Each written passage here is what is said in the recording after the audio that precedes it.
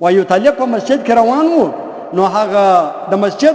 یو مقتدی و، هغه ورته وویل چې طالب جانه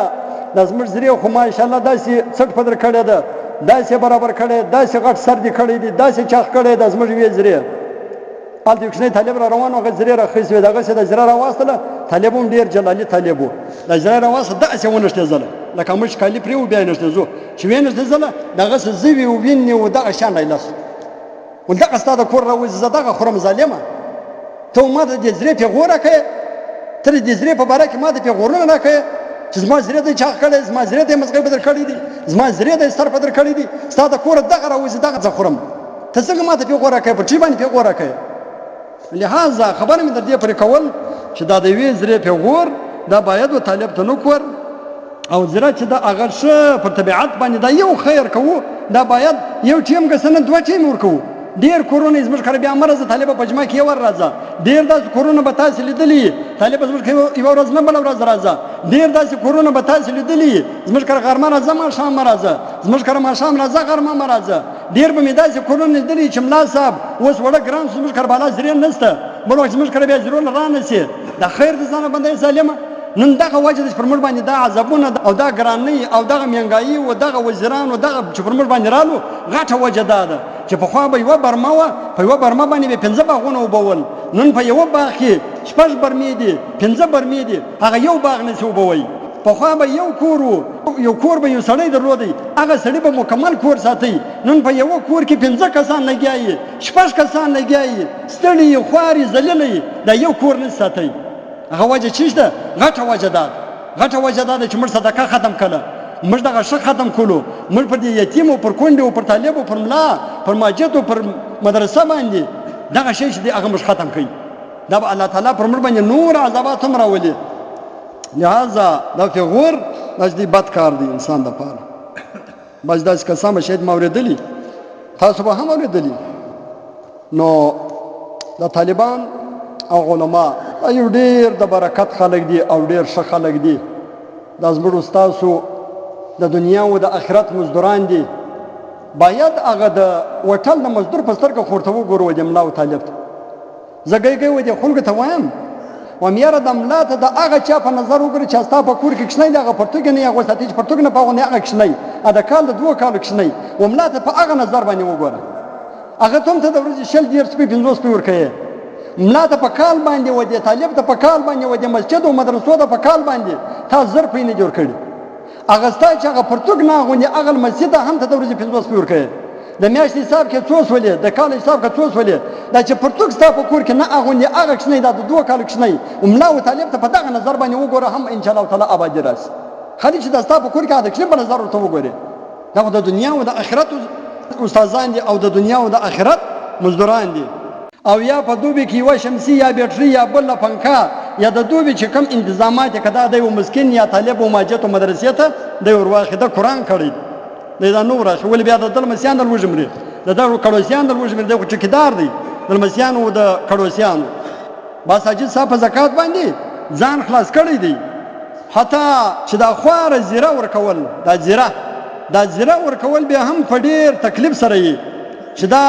یوه زیره طالب جن راوړي، نو 20 خبرې به په کور کې ښځه ورته کوي،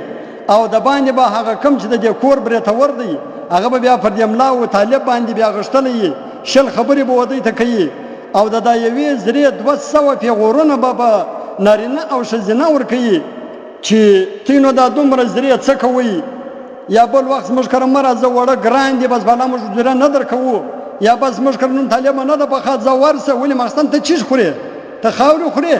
طالبه ته دا دونه زرې څه به کوئ، طالبه بل وخت زموږ کره مه راځه، زموږ کره وړه نن سبا ګران دي، تاسو دا زرې وړئ بیا یې ته خرڅوئ، ته یې وچوئ بیا یې خرڅوئ. مطلب چې 200 خبرې به ورته کوي، دا نور کیسې لا د چا په یاد دي، دا صرف پر زرا باندې. لہذا زه په خپله و هرې ښځې او هر نارینه ته دا د پیرزوینې وایم چې کله هم یو طالب ستا و درته ودرېږي چې زره راوړي خیر ویسي، زره راوړي خیر اوسي. لہذا دا پر دې باندې دلالت کوي چې دا طالب یو ډېره عاجزي ستا و کور ته ښکاره کړله، دا د قرآن حافظ، دا د فقه عالم، دا ستا و کور ته ستا و درګاه ته ولاړ دی، او یو ډیره غټ عاجزي ښکارا کړه او ډیره غټه دعا یې درته وکړله دا د پر عاجزي باندې دلالت کوي چې ای فلانکی ای فلانکی الله تعالی دې ستاسو په رزق او روزي کې برکت واچي زړه راوړې خیر اوس زه درته ولاړم زه ستا په مسجد کې قرآن یادوم زه ستا په مسجد کې علم حاصلوم زه ستا د بچیانو خدمت کوم لہذا ما ته خو یوه زړه راکړه زه ستا و ټوکرو ته ناست یم زه ستا و دې دوې ډوډۍ ته ناست یم د خدای دپاره ما ته دا یوه زړه راکړه دا د طالب په دې دروازه کې و دې خلکو ته نارې وروي دا څومره غټه دعا ده او څومره عظیم عاجزي ده چې حافظ ستا و دروازه ته ولاړ دی عالم دین ستا و دروازه ته ولاړ دی د فقه علم ستا و دروازه ته ولاړ دی او تا ته دا وایي چې زړه راوړې خیر ورځې پر تا باندې چیش کوي خواست کوي ستا د یوې زړې دپاره و تا ته خواستۍ کوي و تا ته زارۍ کوي لہذا نو ته بیا په ډېر احترام او ادب سره باید دا یوه زړه ورکړې بس ستا د کوره دا خیر ووتی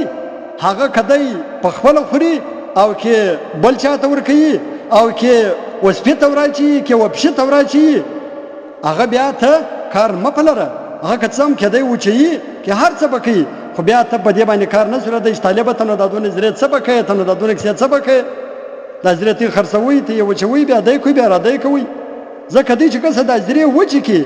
او بیا یې خرڅه کړي دا هم په معاش کې چې دی خرڅېږي دا هم فالتو نه خرڅېږي نه دغه پیسې فالتو سولې دا ستا زیره و دا ستا چې کوم څه چې تا کړي دي احسان چې دې کړی دی دا نه فالتو کېږي بلکې دا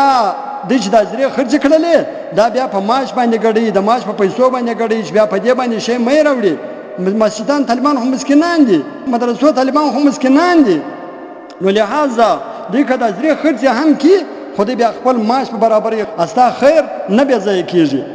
البته خدا خبره مې د پیرزوینې درته کوله چې ګوره ګوره هیڅ کله هم و ملا و طالب ته پیغور مه ورکوه پیغور مه ورکوه د یوې زرې دپاره د 500 روپۍ دپاره و طالب ملا ته پیغور مه ورکوه دا ستا د بچیانو خادمان دي سبا ستا د کړوسیانو ستا د لمسیانو خادمان دي لہذا د خپل کړوسي و د خپل لمسي و د خپل بچي و خادم ته پیغور مه ورکوه پر یوه زره باندې پر یوه زره باندې باید مه ورته وایه